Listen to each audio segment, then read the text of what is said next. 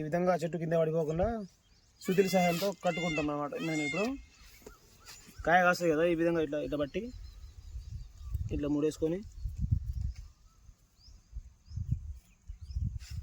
చెట్లు స్ట్రేట్గా ఉన్నట్టు ఇట్లా కట్టుకోవాలి. ఓకే. ఆ పక్కన 2 సుత్తులు ఎందుకు? ఇదేమో ఇట్లా తర్వాత మన కాయ పళ్ళని కాస్తాయి కదా, వీటి సాయంతో ఇట్లా ఇట్లా కట్టుకుంటే చెట్టు అనేది ఇక్కడ వరగదు, ఇక్కడ వరగదు. అంటే మధ్యలో ఆగుతాయి బరువు మొత్తం. నడుముకు అనేది బరువు ఉంటుంది, కొంచెం సపోర్టివ్ ఉంటుంది.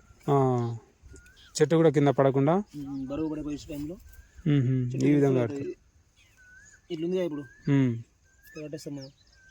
చెట్టు పెరిగితే కొంచెం కొమ్మలు వచ్చినప్పుడు కాయలు అనేవి కాస్తాయి, బరువు పడతాయి చెట్టు మీద. బరువు పడినప్పుడు ఈ విధంగా వేసుకున్నాం అనుకో, ఈ విధంగా వీటి కింద పడదా చెట్టుకు. అవునవును.